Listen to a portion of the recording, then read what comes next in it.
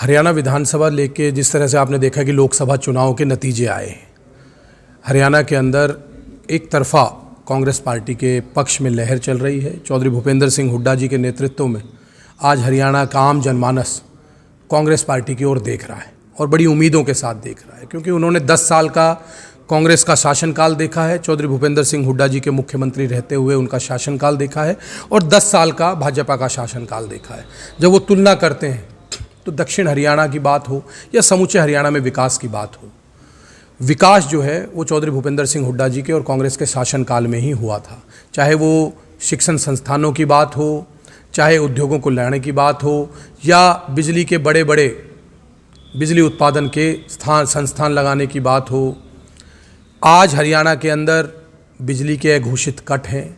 एक भी बड़ी यूनिवर्सिटी आज हरियाणा के अंदर नहीं बनी। जब चौधरी भूपेंद्र सिंह हुड्डा जी के नेतृत्व में कांग्रेस का राज था तो रेवाड़ी के अंदर मीरपुर में इंदिरा गांधी यूनिवर्सिटी बनी, महेंद्रगढ़ के अंदर सेंट्रल यूनिवर्सिटी बनी, फरीदाबाद के अंदर यूनिवर्सिटी बनी और कोसली विधानसभा क्षेत्र के अंदर रीजनल सेंटर बना।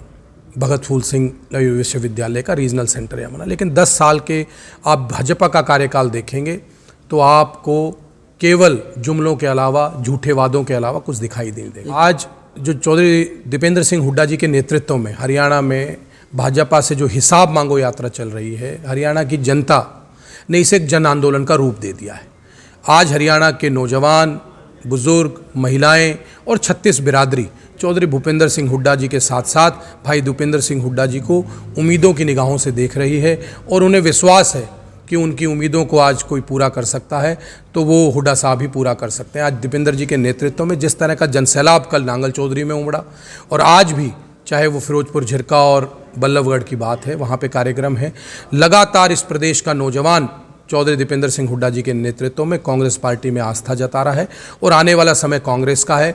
मैं समझता हूँ कि जो कार्य भाई दीपेंद्र सिंह हुड्डा जी के नेतृत्व में इस विधानसभा क्षेत्र, कोसली विधानसभा क्षेत्र में हुए थे, वो विकास के अधूरा जो काम भाजपा शासनकाल में रुक गया है वो दोबारा से शुरू होगा कांग्रेस के शासनकाल में और विकास की एक तरह से गंगा कांग्रेस के शासनकाल में बहेगी। देखिए, लगातार आप देखें कि इससे पहले भी जो विधायक थे, अभी वर्तमान में विधायक हैं, 10 साल से भाजपा का शासनकाल है।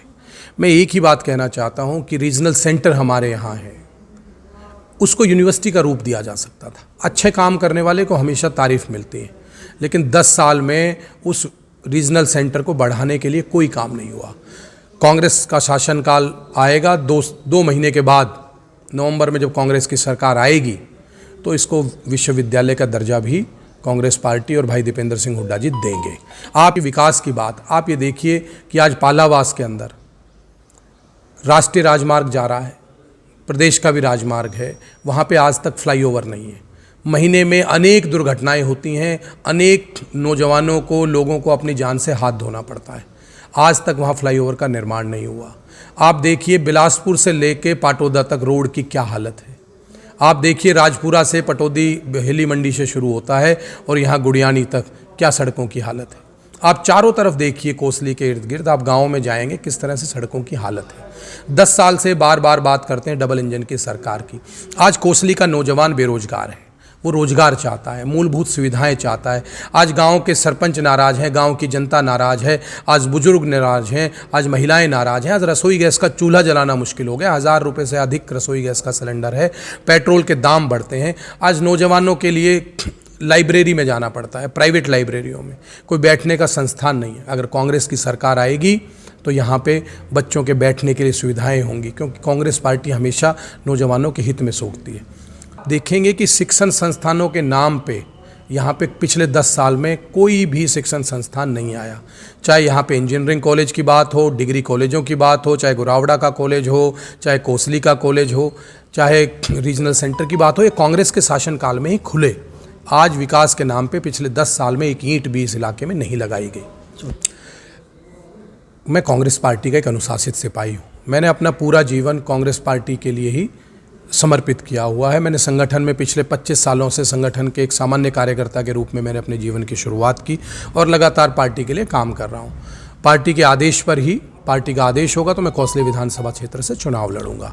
और मुद्दे यहाँ पे सबसे पहले रोजगार सबसे बड़ा मुद्दा है। मेरी प्राथमिकता होगी कि हमारे नौजवान, जब हमारी भूगोलिक स्थिति, कोसली की भूगोलिक स्थिति ऐसी है कि यहाँ से 30 किलोमीटर दूर पे मानेसर है, यहाँ से 30 किलोमीटर दूर पे धारूहेड़ा और भिवाड़ी जैसे औद्योगिक क्षेत्र हैं। हमारे यहाँ से 2-2-3-3 152D यहाँ से कनेक्ट करता है, NH71 यहाँ है, NH8 को जाने वाला रास्ता यहाँ है। इसके बावजूद यहाँ पे उद्योग क्षेत्र क्यों नहीं है?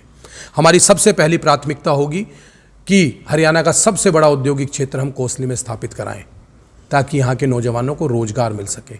हमारा नौजवान आज टपूकड़ा तक जाता है। अगर उद्योग घरानों को, बड़ी बड़ी कंपनियों को अगर यहीं पर जगह मिलेगी, यहीं पर उद्योग स्थापित करने के लिए स्थान मिलेगा, तो क्यों वो यहाँ से 40 किलोमीटर दूर, 50 किलोमीटर दूर, 60 किलोमीटर दूर टपूकड़ा जाएंगे? मानेसर से नज़दीक हम हैं, रोड इंफ्रास्ट्रक्चर को हम मजबूत करेंगे।